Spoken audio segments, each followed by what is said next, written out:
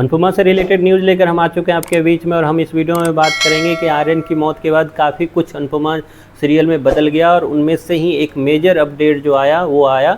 क्या, तो ईशानी और राजा की शादी नहीं हुई, राजा की शादी होगी परी के साथ, जो कि रिसेंट एपिसोड में आप लोगों ने देखा भी कि इसके पीछे की वजह क्या थी। तो वजह पे ही इस वीडियो में हम करने वाले हैं बात, और बताएंगे कि किस तरीके से माँ बेवकूफ़ निकली तो बेटी भी बेवकूफ़ी ही करती हुई नज़र आई, क्योंकि माँ जिसकी बात मैं पाकी की कर रहा हूँ, जिसने हमेशा अपनी बेवकूफ़ी की वजह से अपनी लाइफ को बिल्कुल अलग ही तरीके से झेल के रखी हुई है उसने, तो उसी तरीके से उसकी बेटी भी जो है उसने भी एक बहुत ही अच्छा मौका जो था वो खो दिया, और उस मौके को पकड़ती हुई दिखी कौन, तो दिखी वो परी। जी हाँ, रिसेंट एपिसोड में हमने देखा कि हल्की फुल्की लड़ाई हुई दोनों के बीच में, जिसमें परी ने काफ़ी कुछ पास्ट की चीज़ें उड़ेल कर रख दी, और ईशानी ने भी सामने से काफ़ी ज़्यादा जवाब दिया राजा को, यहाँ तक कि ये भी बोल दिया कि राजा ने मुझे धोखा दिया और इसे शादी कर ली, जबकि राजा ने बोला था कि तुमने जब मुझे छोड़ा तो मैं तो अपने आप को मारने जा रहा था, लेकिन परी वहाँ मिली और हमने दोस्ती की, देन उसके बाद हमारी शादी हुई। तो ये सारी बेवकूफ़ी अगर उनको विरासत में मिली है तो वो विरासत में मिली है अपनी माँ पाखी से। जी हाँ,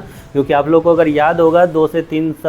पहले अगर चले जाएं, जब उस वक्त अनुज भी हुआ करते थे, उस वक्त भी पाखी का जो किरदार था वो बिल्कुल बेवकूफ़ी वाला ही किरदार निभा रही थी, तो वही काम करते हुए नज़र आ रही है ईशानी भी। जी हाँ, ईशानी जिसके बारे में पाखी खुद भी सोच रही थी कि किसी तरीके से ये कोठारी परिवार चली जाए और वहाँ जाकर काफ़ी ज़्यादा लाइफ सेट हो जाएगी, लेकिन एंड मोमेंट पे जब राजा सब कुछ तैयार करते हुए वो जब कोर्ट में आके वेट करता है, तो लेकिन उस वक्त जो ईशानी है वो वहाँ पहुँचती नहीं है, जिस वजह से काफ़ी जो मोराल है खास करके राजा का वो डाउन जाता है, और ऐसे वक्त में उसे संभालने का काम करती है कौन, तो वो परी करती है। और इस वजह से राजा का झुकाव परी के प्रति ज़्यादा गया, और जहाँ एक वक्त में राजा ईशानी से करने वाला था शादी और उसके लिए सब कुछ करने वाला था, लेकिन वो झुकाव चला जाता है परी की तरफ और वो शादी कर लेता है परी से। और रिसेंट एपिसोड में हमने देखा भी कि परी का मोटिवेशन और परी का कॉन्फिडेंट आप लोग को साफ दिखाई दे रहा होगा कि किस तरीके से परी जो है वो माही के बाद कोठारी परिवार में सबसे ज़्यादा पावरफुल के रूप में आपको दिखाई दे रहा है, क्योंकि राजा जो है वो अपनी माँ का फेवरेट है, और उसकी माँ जो मीता है वो सरेआम खुलकर ख्याति की तरफ बोलती है, ख्याति के पे उंगली उठाती है, एकमात्र लेडी है उस घर में जो करती हुई नज़र आ रही है आपको। तो इस तरीके से राजा के साथ